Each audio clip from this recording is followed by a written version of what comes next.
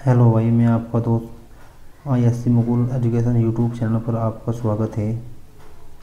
भाई, जो जो बच्चे तैयारी कर रहे हैं उत्तराखंड PCS, लोअर PCS, अपर PCS आने वाली परीक्षाओं के लिए, उत्तराखंड में आपको BS नेगी की बुक में से आपको जिले ऐसे रटवा दूंगा कि आप कभी तक भी नहीं भूलेंगे। बस आपको रोज़ाना अपनी बुक, एक BS नेगी की आपको बुक लेनी है और रोज़ाना घर बैठ कर स्टडी करनी है। जैसे मैं आप लोगों को पढ़ाऊँगा ऐसे ही आपको मेरे साथ पढ़ते रहना है। भाई, मैं इतना बड़ा यूट्यूबर चैनल नहीं हूँ, मगर मैंने सोचा कि मुझे टाइम नहीं मिलता, तो मैंने सोचा जब मैं रीडिंग करता हूँ, याद करता हूँ, क्यों ना मैं अपनी वीडियो बनाकर यूट्यूब पर ही अपलोड कर दूँ। तो मैंने ऐसा सोचा भाई आपको पढ़ना होगा, आप ऐसे ही रोज़ाना मेरे साथ पढ़ें। यूट्यूब चैनल पर आपकी वीडियो अपलोड कर दी जाएगी। वीडियो का टाइम शाम 6 बजे के बाद आपको वीडियो अपलोड यूट्यूब पर कर दी जाएगी। तो भाई आपको रोज़ाना पढ़ना है, आपको अपना टाइम पास नहीं करना है, क्योंकि 2026 लास्ट है। इसकी दो जो वैकेंसी आएगी 2026 में आएगी, इसके बाद वैकेंसी नहीं आएगी। आपको पता है जब चुनाव होने वाले हों तो चुनाव होने से पहले ही वैकेंसी आती है, उसके बाद 3 4 5 साल बाद बात गई। तो भाई एक बार आप मेहनत करो सच्चे मन और जुनून से। भाई किसी को टाइम नहीं मिलता हो तो टाइम निकालो पढ़ने के लिए। ये सोचो अगर कुछ भी नहीं कर पाए तो फिर क्या होगा। भाई अगर एक बार गवर्नमेंट जॉब लग गई तो कोई टेंशन फ्री, फिर किसी प्रकार की किसी को कोई टेंशन नहीं है। तो भाई आपको पढ़ना होगा। भाई मैं अब आपको इस बुक में से ज़िले पढ़ाऊँगा, उत्तराखंड के 13 ज़िलों के बारे में सब कुछ बताऊँगा कि उत्तराखंड के अंदर कितने ज़िले होते हैं। भाई देखो, बेसिकली चीज़ तो आप सभी को पता होगी। भाई जिसने कभी उत्तराखंड नहीं पढ़ा होगा तो उसको पढ़ना होगा। मैं वीडियो सेंड कर दूँगा कहाँ से पढ़ना है उसको।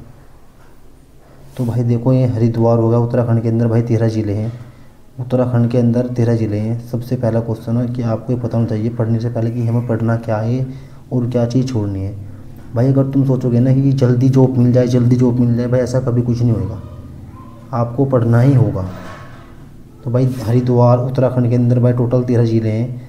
भाई तुम्हें मेहनत करनी पड़ेगी। उत्तराखंड के अंदर 13 ज़िले हैं और पढ़ना पड़ेगा, और बहाने खुद से बंद करने पड़ेंगे। भाई बहाने 1% आपको कम करने होंगे, क्योंकि भाई मैं भी तैयारी करता हूँ IAS PCS, लोअर PCS, अपर PCS। मैं भी तैयारी आपके से कर रहा हूँ, बट मुझे टाइम नहीं मिलता, मगर मैं टाइम निकालता हूँ पढ़ने के लिए। तो भाई मैं इतना बड़ा यूट्यूबर नहीं हूँ, ना मुझे यूट्यूब बनानी और ना मुझे सब्सक्राइब करनी। आपकी मर्ज़ी है, चाहे सब्सक्राइब करो चाहे कुछ भी करो। मैं आपको ये नहीं बोलूँगा भाई तुम मुझे सब्सक्राइब करो, ये करो वो करो। बस जितनी मेरे अंदर ग्रोथ है, जितनी मेरे अंदर नॉलेज है, तो मैं आपको दे दूँगा। आपको एक ऐसी बुक लेकर आनी है भाई BS नेगी की, और BS नेगी की बुक और एक परीक्षावाणी लेकर आनी है आपको। एक परीक्षावाणी, कहाँ है परीक्षावाणी, याद है भाई। एक परीक्षावाणी लेकर आनी है आपको, BS नेगी की बुक लेकर आनी है। पहले BS नेगी पढ़ लो, चाहे इस परीक्षावाणी को पढ़ लो। मैं बताऊंगा आपको कैसे पढ़ना है। देखो भाई, ये BS नेगी की बुक है, notes publication Uttarakhand single liner, Uttarakhand सामान्य अध्ययन, उत्तराखंड स्टडी गाइड। भाई BS नेगी की बुक है, इतनी महंगी नहीं आएगी, आ जाएगी 100 200 रुपये की, जितने की भी आएगी। तो आपको इसको ख़रीदना है। तो भाई इसमें जितने भी आप, सबसे पहले आपको ज़िले पढ़ने हैं। आपको पता है उत्तराखंड के अंदर 13 ज़िले हैं। उत्तराखंड को 2 भागों में बांटा गया है, एक गढ़वाल एक कुमाऊँ। अगर हम कुमाऊँ की बात करें तो कुमाऊँ में 6 ज़िले हैं और गढ़वाल में 7 ज़िले हैं। गढ़वाल में 7 ज़िले हैं, कुमाऊँ में 6 ज़िले हैं। आपको गढ़वाल के ज़िले याद होने चाहिए और कुमाऊँ के ज़िले याद होने चाहिए। और कौन सा ज़िला किस लोकेशन में पड़ रहा है, आपको लोकेशन भी अच्छी तरह याद होनी चाहिए भाई। अगर पहले आपको ज़िले याद करने, फिर इनकी स्थापना याद करनी है। मेन जिसकी स्थापना का क्षेत्रफल हो वो आपके याद होना चाहिए। पेपर में पूछ लेता है। जो भाई शुरू से स्टडी कर रहा हो तो ऐसे करे स्टडी। आप कोचिंग पढ़ो ना पढ़ो, कुछ ना पढ़ो, आपको घर बैठकर अपनी रेगुलरिटी बनाकर रखनी है। अपने 2 से 3 4 घंटे पढ़ने के लिए निकालो। भाई कुछ बच्चे काम कर रहे हैं, खेती का काम करते हैं, घर की स्थिति ख़राब है, वो मैं समझता हूँ, मगर मेरी भी ऐसी स्थिति है, मगर मैं फिर भी पढ़ता हूँ। मैंने पढ़ाई नहीं छोड़ी। मुझे तैयारी करते करते 2-3 साल हो गए, बट मैंने SSC GD में भी तैयारी की, आर्मी की तैयारी की। उसमें किसी कारण मेडिकल में हो नहीं पाया मैं, तो क्योंकि मुझे कुछ प्रॉब्लम थी, वेरिकोस में कुछ प्रॉब्लम थी मेरी बॉडी में, तो इसलिए मैं हो नहीं पाया। तो मैंने सोचा क्यों ना मैं बड़ी तैयारी करूँ, तो मैंने भी सोच बड़ी करी। तो मैं जब भाई तैयारी कर रहा हूँ उत्तराखंड PCS, लोअर PCS, अपर PCS की। मेरा टारगेट 2026 है। तो भाई मैं चाहता हूँ कि आप भी मेरे साथ ऐसे ही रोज़ाना पढ़ें। वीडियो शाम के टाइम 6 बजे अपलोड कर दी जाएगी। तो भाई हम शुरू करते हैं। उत्तराखंड के अंदर 13 ज़िले हैं। हरिद्वार, देहरादून, उत्तरकाशी, चमोली, पिथौरागढ़, चंपावत, ऊधम सिंह नगर, नैनीताल, अल्मोड़ा, बागेश्वर, पौड़ी, टिहरी, रुद्रप्रयाग। उत्तराखंड के अंदर कुल 13 ज़िले हैं और आपको इनकी स्थापना भी याद करनी है। खास की जो इम्पोर्टेंट है क्षेत्रफल। अगर मैं बात करूँ उत्तराखंड का ऐसा कौन सा ज़िला है जिसका क्षेत्रफल सबसे ज़्यादा है, तो भाई चमोली, उत्तरकाशी, पिथौरागढ़ 3 जिले ऐसे हैं जिनका क्षेत्रफल सबसे ज़्यादा है। सबसे ज़्यादा किसका है? चमोली का। और सबसे कम की बात करूँ सबसे कम चंपावत का, फिर रुद्रप्रयाग का। तो भाई हम लोगों का ऐसे ही पढ़ना है। मैं आपको पढ़ाऊँगा। देखो भाई BSNA की हमने खोल ली शुरू से, और BSNA की खोलने के बाद ही लिख रखा है उत्तराखंड सामान्य अध्ययन। हमको ऐसे ही रोज़ाना रेगुलरिटी के साथ मेहनत करनी है। देखो भाई इसमें ये यूनिट 9 पे जाओ। यूनिट 9 के बाद मैंने रखा उत्तराखंड के सभी जनपदों का वर्णन।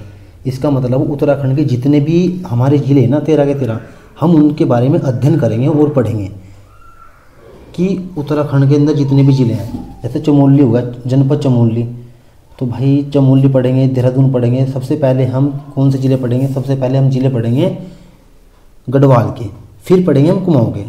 आप लोगों को पता है भाई कि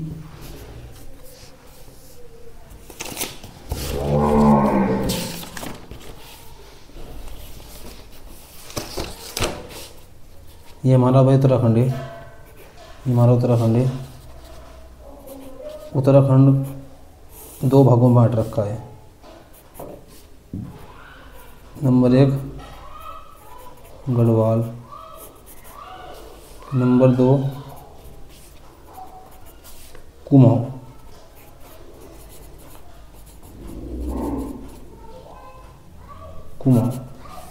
गढ़वाल में 7 ज़िले हैं। भाई कुमाऊँ में 6 ज़िले हैं। अब मैं आपको बताऊंगा गढ़वाल में 6 ज़िले और कुमाऊँ में 6 ज़िले कौन कौन से हैं। अब हमने लिए परीक्षा वानी है। आपको 2 बुक अपने साथ रखने हैं अगर आपको उत्तराखंड पढ़ना है तमीज़ से।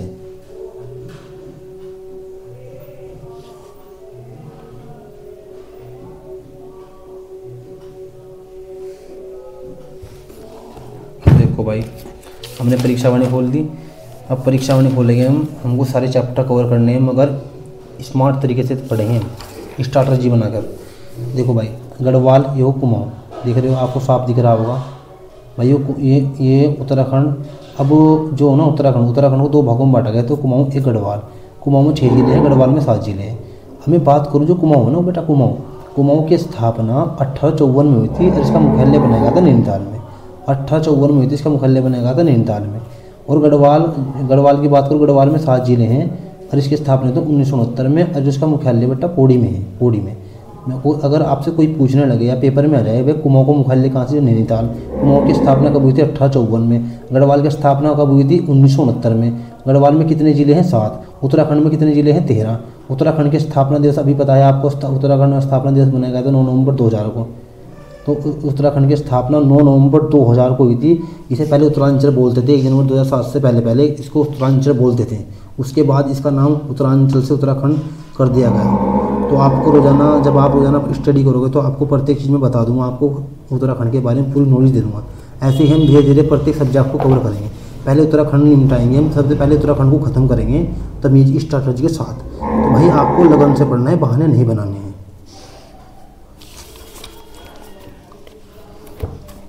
भाई उत्तराखंड की तहसीलें हैं, मैं आपको प्रत्येक चीज़ के बारे में बताऊँगा। हम सबसे पहले ज़िले पर आते हैं। ज़िले पर सबसे पहले आपको ज़िले साफ दिख रहे होंगे। भाई मेरा इतना अच्छा फ़ोन का कैमरा नहीं है, मैं बहुत गरीब इंसान हूँ, तो आप देख लेना, बस आपको दिखना चाहिए। बस ये नहीं कि भैया आप मुझे कमेंट करो भैया आपकी वीडियो साफ नहीं आ रही, बस आपको चमक जाएगा अच्छी तरह, ऐसा कोई नहीं।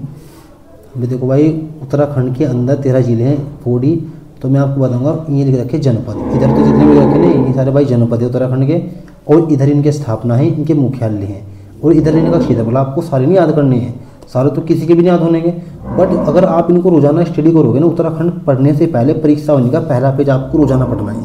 उसमें कितने तहसीलें, कितने लोकेशन है, क्या कहाँ मुख्यालय, आपको ऐसा रट जाएगा, आप तुरंत बता दोगे उस पेज पे लिख रखा है। आपको पहला पेज ये आपको रोज़ाना ही पढ़ना है। जब भी आप उत्तराखंड पढ़ने बैठो पहले 10 या 5 मिनट इसको रीडिंग करो रोज़ाना। अगर आप इसको रोज़ाना नहीं पढ़ोगे तो आप इसको भूल जाओगे। तो भाई हम पढ़ते हैं पौड़ी के बारे में। अगर मैं बात करूँ पौड़ी की, पौड़ी गढ़वाल की स्थापना 1840 में हुई थी, देहरादून की स्थापना 1871 में हुई थी, और अल्मोड़ा की 1891 में हुई थी, और नैनीताल की 1891 में, टिहरी गढ़वाल की 1949 में, पिथौरागढ़ की 1960 में, और उत्तरकाशी की 1960 में, चमोली की 1960 में, हरिद्वार की 1988 में हुई थी भाई, उधम सिंह नगर की 1995 में, रुद्रप्रयाग की 97, चंपावत की 97, बागेश्वर की 97। अगर मैं बात करूँ इनकी जो पौड़ी गढ़वाल है ना, पौड़ी गढ़वाल का मुख्यालय पौड़ी गढ़वाल में ही है। अब क्षेत्रफल इसका ये आपको याद नहीं करना, इंपॉर्टेंट नहीं है। अब इसमें से आपको कौन सा क्षेत्रफल याद करना है, किसकी स्थापना याद करना है, वो मैं आपको बताऊंगा। देखो सबसे इम्पोर्टेंट है स्थापना याद करना, तो बहुत आम बात है, इसको तो आप आराम से याद कर लोगे। देखो उत्तरकाशी, पिथौरागढ़, चमोली, इन 3 जिलों की स्थापना 1960 में हुई थी। 1960 में अल्मोड़ा, देखो कहाँ गया अल्मोड़ा, नैनीताल, इसकी 1891 में हुई थी। ऐसे जुड़े बनाकर पेड़ बनाकर आप याद करो। पौड़ी की 1871 में हुई थी, देहरादून की 1871 में हुई थी, और पौड़ी की हुई थी 1840 में। तो आपको ऐसे याद करने बागेश्वर और चंपावत, रुद्रप्रयाग इनके 1997 में हुई थी, हरिद्वार की 1988 में। तो आप क्या याद होगा, रुद्रप्रयाग, चंपावत, बागेश्वर की 1997 में हुई थी, उत्तरकाशी, पिथौरागढ़, चमोली की 1960 में हुई थी, अल्मोड़ा और नैनीताल की 1891 में हुई थी, पौड़ी की 1840 में, देहरादून की 1871 में। अब मैं बात करूँ उत्तराखंड का ऐसा कौन सा जिला जिसका क्षेत्रफल सबसे ज़्यादा है, भाई चमोली जिला। इसकी स्थापना 60 में हुई थी, गोपेश्वर मुख्यालय बनेगा इसको, गोपेश्वर मुख्यालय में। इसकी स्थापना हुई थी 1830 में। इसकी स्थापना भाई 1830 में हुई थी। क्या हुई थी 1830 में? अरे भाई 1830 में। उत्तरकाशी की 1960 में हुई थी, उत्तरकाशी की स्थापना। चमोली जिला ऐसा उत्तराखंड का सबसे बड़ा जिला क्षेत्रफल के मामले में, इसका क्षेत्रफल 80-30 है। इसका क्षेत्रफल 80-30 है। उसके बाद आता है उत्तरकाशी, दूसरा जिला उत्तराखंड का क्षेत्रफल के मामले में उत्तरकाशी, उसका 80-16। तीसरे नंबर पर आएगा पिथौरागढ़, उसका 70-90। आपको ये इंपॉर्टेंट है, आपको यहाँ याद ही करने पड़ेंगे। और सबसे छोटा जिला कौन सा, चंपावत, इसका 17-66। उत्तराखंड का क्षेत्रफल के मामले में सबसे छोटा जिला कौन सा, चंपावत। ठीक है भाई, आपको ऐसा आपको रोजाना ऐसे पढ़ना है। तो मैंने आपको ज़िले के बारे में बता दिया, कितने ज़िले हैं, किसकी स्थापना कब हुई थी। इंपॉर्टेंट है आपको किसका क्षेत्रफल सबसे ज़्यादा है, सबसे कम किसका है। ये चीज़ बहुत वेरी मोस्ट इंपॉर्टेंट है। आपको 2 याद करने, उत्तरकाशी, चमोली, और एक सबसे कम किसका है, जैसे रुद्रप्रयाग होगा। तो आपको मैं ऐसे ही नॉलेज दे दूंगा। तो मैंने आपको ये पढ़ा दिया। अब इसको पढ़ने के बाद हम BS की बुक खोलते हैं, इसको रख देते हैं एक तरफ। मगर आपको इस परीक्षा वाणी का आपको एक पेज शुरुआत का रोजाना पढ़ना है, 10 या 15 मिनट। अब हम जाएंगे भाई इसमें यूनिट 9 पर, उत्तराखंड सभी जनपदों का वर्णन। इसमें उत्तराखंड के कुंड, कांड, ग्लेशियर जिलों के बारे में आपको पहले जिले 13 के 13 जिले स्टडी अध्ययन करने पड़ेंगे तमीज़ के साथ। दिल से मेहनत करो, दिल से। तुम्हारे फिर एक अंदर से आवाज़ आएगी, अंदर से, कि हाँ मुझको पढ़ना ही पढ़ना है। भाई बहाना आज की उसकी सब छोड़ दें, सब ड्रामे हैं। अपना टाइम पास मत करो। अगर आपको किसी से आस्ती करनी है तो ऐसे बंदे से आस्ती करो जो तुमसे पढ़ाई की बात करता हो। ऐसे को दोस्त बनाओ, चाहे वो लड़की चाहे लड़का हो, जो जिससे तुमसे कुछ सीखने को मिलता हो। यानी अपना टाइम बर्बाद मत करो भाई। समय चल ही रहा है, समय कभी किसी का इंतजार नहीं करता, और ना ही ऐसा समय आएगा। तो भाई उत्तराखंड के 13 जिले हैं। हम पहले ज़िले के बारे में पढ़ते हैं, चमोली। सबसे पहला ज़िला पढ़ेंगे हम, इसमें पढ़ेंगे भाई सबसे पहला ज़िला हम पढ़ेंगे गढ़वाल के ज़िले। आप सभी को पता होगा गढ़वाल के ज़िले चमोली, देहरादून, हरिद्वार, जनपद टिहरी, जनपद रुद्रप्रयाग, जनपद पौड़ी। तो भाई सबसे पहले हम पढ़ेंगे चमोली ज़िला। सबसे पहले हम चमोली ज़िला पढ़ेंगे भाई। सबसे पहले हम चमोली ज़िला पढ़ेंगे, चमोली ज़िला। तो भाई अब इसमें खोलते हैं हम पेज नंबर 161 से लेकर।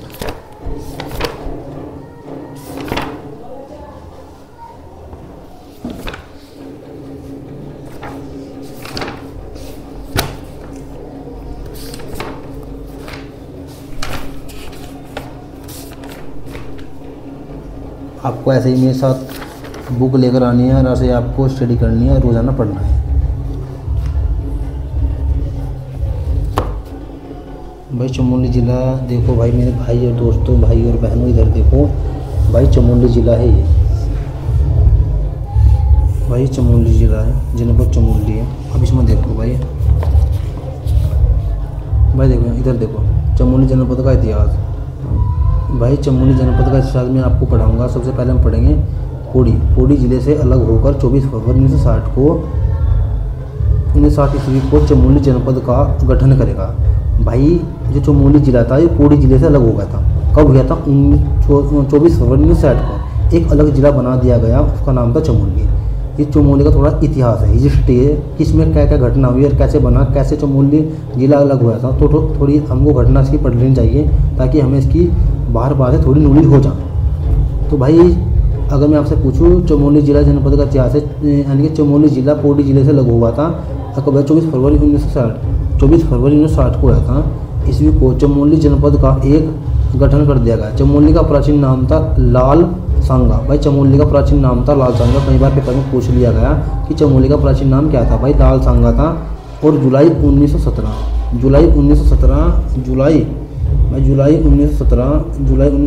को अलकनंदा में बाढ़ के कारण जिले को काफ़ी क्षति उठानी पड़ी, जिसे अधिक मात्रा में राजकीय भवन नष्ट हुआ है। इस कारण चमोली जनपद का मुख्यालय गोपेश्वर बनेगा।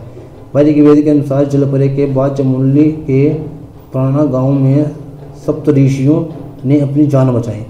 बद्रीनाथ के पास गंधमादन पर्वत कश्यप ऋषि की कर्म भूमि है।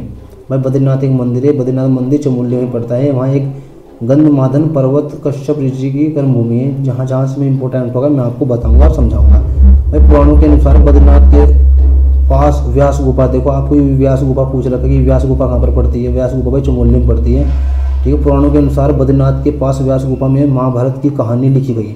व्यास गुफा में महाभारत की कहानी, जो महाभारत ग्रंथ इनकी कहानी व्यास गुफा में लिखी गई।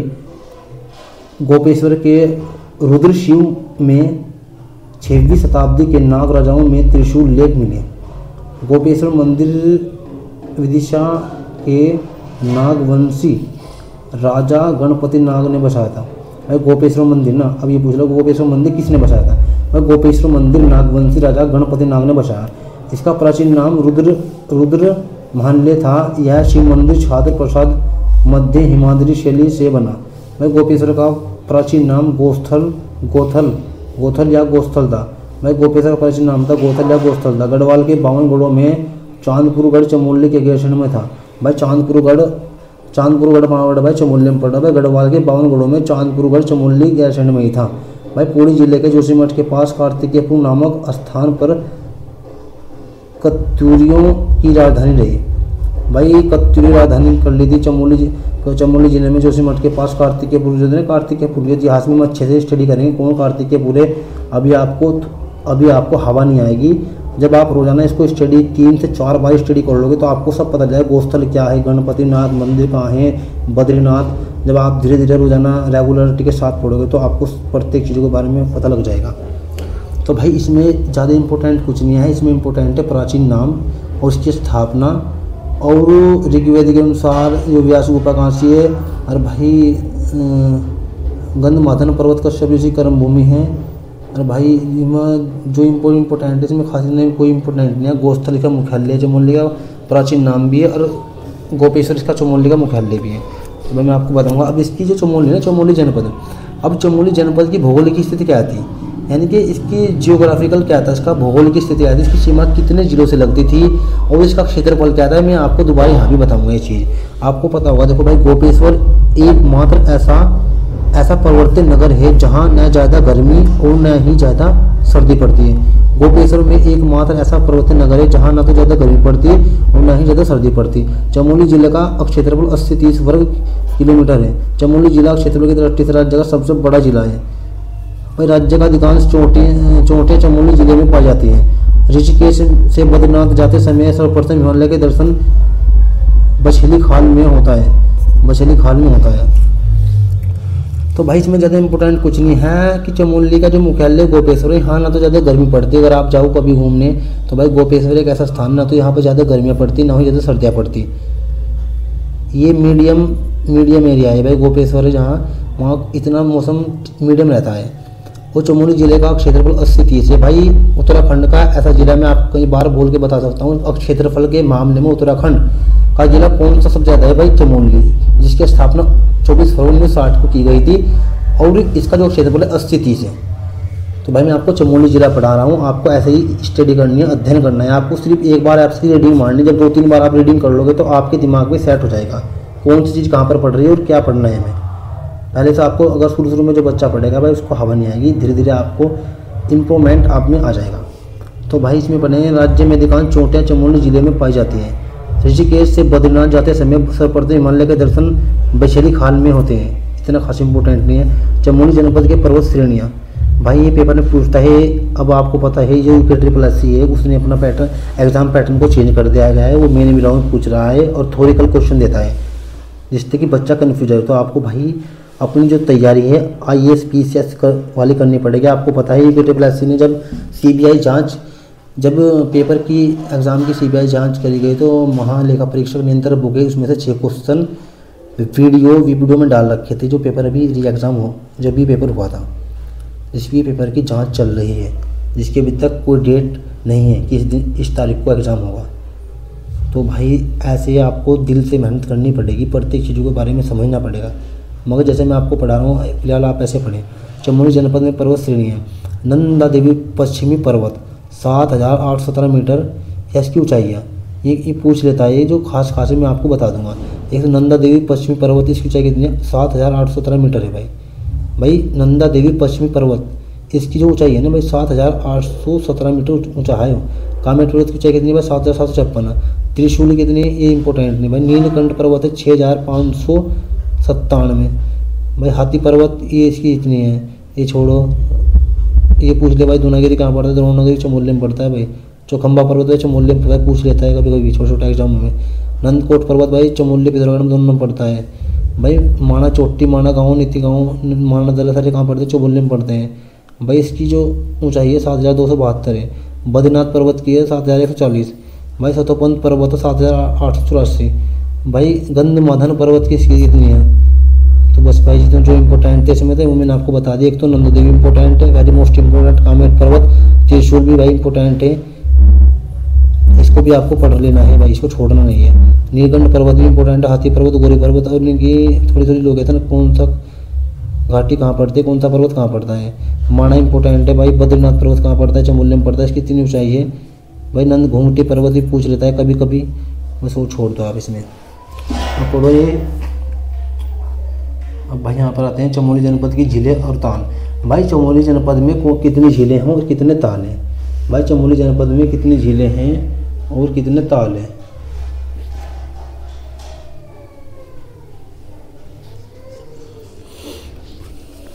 भाई मैं टाइम निकाल कर पढ़ा रहा हूँ ऐसे यूट्यूब पर और ऐसे ही तुम लोगों को पढ़ाता रहूँगा भाई। मेरे पास इतना टाइम नहीं है बट ऐसे ही पढ़ता हूँ मैं, अपने नोट्स में से ही पढ़ता हूँ, मेरे पास नोट्स भी है। बट आप पहले इसकी रीडिंग करो अच्छी तरह। चमोली जनपद की जिले व ताल। उत्तराखंड में सर्वाधिक जिले वाला जनपद ही है। अगर मैं बात करूँ भाई उत्तराखंड में ऐसा कौन सा जिला है जिसमें सबसे ज़्यादा झीलें हैं? भाई चमोली है भाई। होमकुंड ताल नंदराज जाति यात्रा के अंतिम पड़ाव पर स्थित है। भेकल ताल, ब्राह्मण ताल चमोली जनपद में स्थित है। सतोपंथ ताल को क्षीर सागर के नाम से भी जाना जाता है भाई। दुर्मी ताल चमोली के निजमुल्ला घाटी में स्थित है भाई। लिंगा ताल, आंचली ताल चमोली में फूलों घाटी के बीच है भाई। तारक ताल चमोली जनपद में स्थित है भाई। विरी ताल, सुखताल, सरताल चमोली जनपद में स्थित है भाई। बेनी आदि बदरी के पास चमोली जनपद है भाई। बच्चा किताब पर बैठता नहीं है, सबसे बड़ी बात है बुक पर बैठना और जमना, कि बच्चा जम ही नहीं पाता, सोचता है तो रीडिंग करा रहे हैं बस ऐसे ही। जब ऐसे आप कहीं भाई बार रीडिंग करोगे तो आपके दिमाग में 4 ऑप्शनों को देखो तो वैसे भी आप टिक मार दोगे। बस भाई तुम्हारे तो बिना करो मुँह में डाल दो नौकरी, बस कुछ मेहनत ना करनी पड़े, बस मुँह में नौकरी डाल दो भाई। आज के समय में नौकरी पाना बहुत हार्ड काम है, ऐसे नहीं नौकरी मिलती भाई, दिल से मेहनत करनी पड़ती है, दूध तरीके से मेहनत करनी पड़ती है भाई। आप सोच रहे हैं भाई मैं भी ऐसे तैयारी कर रहा हूँ आपके जैसा ही।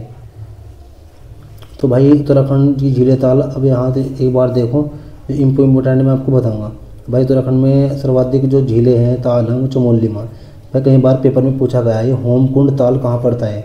होमकुंड ताल ये भाई चमोली में पड़ता है और यहाँ नंदा राज जात यात्रा के अंतिम पड़ाव पर स्थित है। ये नंदा राज जात यात्रा ना 280 किलोमीटर तक चली थी जो आपने पढ़ा होगा, तो होमकुंड ताल के पास से चली थी या और भाई नंदराज यात्रा के अंतिम पड़ाव पर स्थित है ये होमकुंड ताल। भाई भेकल ताल एवं ब्राह्मण ताल चमोली जनपद में स्थित है। भाई सतोपन ताल को क्षीर सागर के नाम से भी जाना जाता है। भाई सतोपन ताल पूछना कहाँ पड़ता है? सतोपन ताल